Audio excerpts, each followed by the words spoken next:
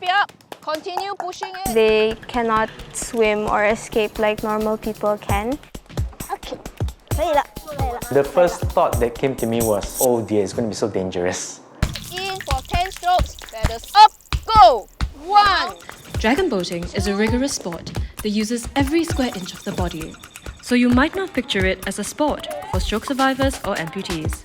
It takes a team of engineers, a clinician, a biomechanist, and gutsy paddlers to make this happen. The practice later, you may hear some of these terms being mentioned, right? About how we hold the... For myself, I like to see what the person can potentially do. That's what I see first. I don't see anything else. The Alita Initiative is the only dragon boating team in Singapore to include paddlers who are quadruple amputees as well as stroke survivors. They've competed in events like Pesta Sukan 2024. While some sports, like rugby, have been adapted for those with physical disabilities, that was not the case for dragon boating. We are not able to get any adaptive sports equipment for dragon boating anywhere in the commercial market at all. So we will have to design and develop all of this equipment using the ingenuity of our own members. Stephanie and Tom, who both studied engineering, were roped in to design adaptive devices from scratch. The first challenge? How to anchor a participant securely, especially someone without lower limbs. In order to secure ourselves to the traditional dragon boat bench seat, we actually require the use of our feet to anchor ourselves towards the bottom of the boat. We actually thought of using their prosthetics, but then we realized that those prosthetics actually cost thousands of dollars and not designed to be waterproof. So instead of prosthetics, we actually used this. Instead of securing their lower limbs onto expensive prosthetics, the paddlers placed them into these tubes, which are bolted onto the boat for stability. The students also thought to angle the tubes, one forward and one backwards. It follows the angles in which dragon boaters do, which is 1 foot forward and 1 foot back. This stance creates additional stability for paddlers who are sitting side by side on a long, narrow boat. So we got this tube, it's a PVC pipe from Shopee. And also for this foam, this is from a yoga mat from Decathlon. So with this, and also the frame, it costs less than $100. So it's not necessarily a bad thing to use these commonly available materials. When you do prototyping, it doesn't have to be perfect in the first time. I was shocked that anybody would want to use a PVC material tube. I could tell that it's not going to be a comfortable piece of equipment. PVC material heats up quite fast under the hot sun, but that was what we had at that point in time, and so we decided to just give it a try. So when they first used this one, it was the first time where they were able to actually dragon boat, and I was amazed that somehow it worked. But I saw that they were not really that comfortable.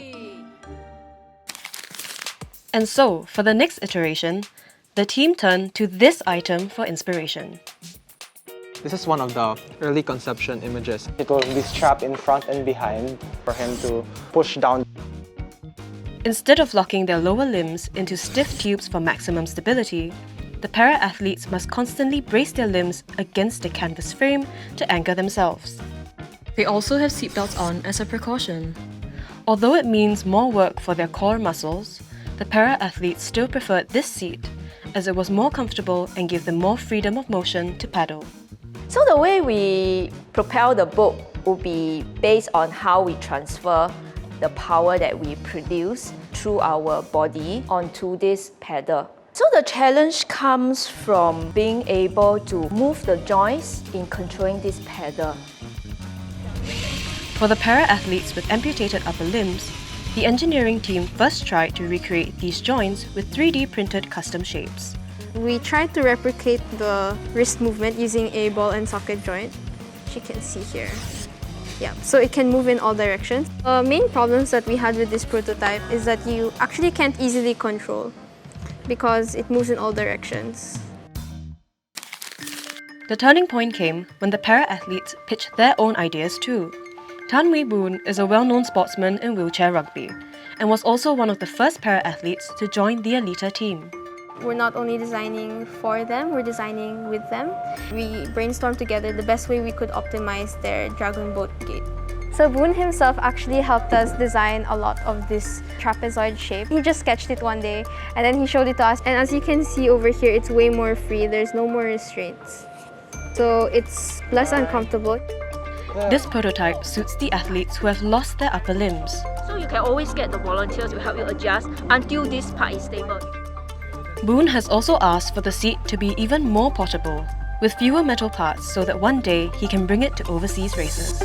But can they do it without compromising safety? The failure for today is actually the platform sink maybe 2 inch, 3 inch down. If this thing can drop 2 to 3 inch, it might drop maybe until all the way to the ground. Right? This is my concern. It started from over here and sank down. There shouldn't be any movement in the seat itself. We will iterate on it such that it's more rigid and less adjustable, so it stays at that height forever.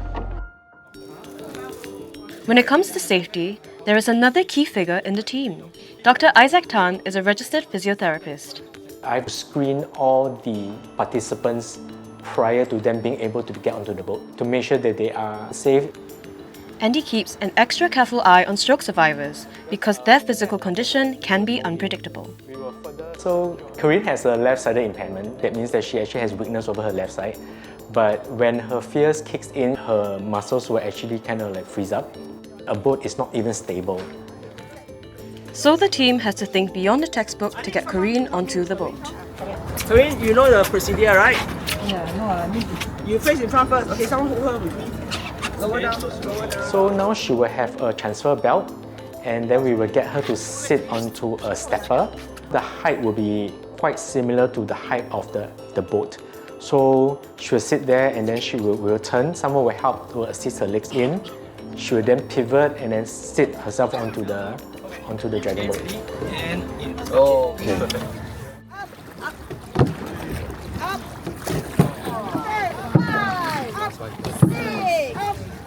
Last 3. 8. Up. 9. 10. Okay, completely. Very good. Very good. So I really enjoy the mobility aspect of healthcare just because I like sports. So I used to be a long distance runner. When I'm sad, I run. When I'm angry, I run. When I'm happy, I go for a run.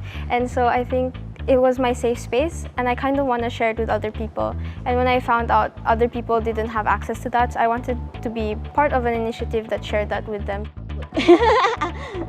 Fun. Oh. Alita Initiative has since grown to over 30 para-athletes who train regularly, supported by a pool of over 200 volunteers. And getting on the water for the para-athletes isn't just for the thrill of the sport. Maya is a stroke survivor who could not lift her arms over her head. But after months of regular training with Alita, One day when she was able to reach what we term as the paddles up position, it was really a very special day that I don't think I'll ever forget. 2, 3, your knee, huh? the team received an SG Enable grant for 2026 and 2027, which will allow them to contract professional designers to improve their adaptive equipment. They are now aiming to compete in Pesta Sukan 2026.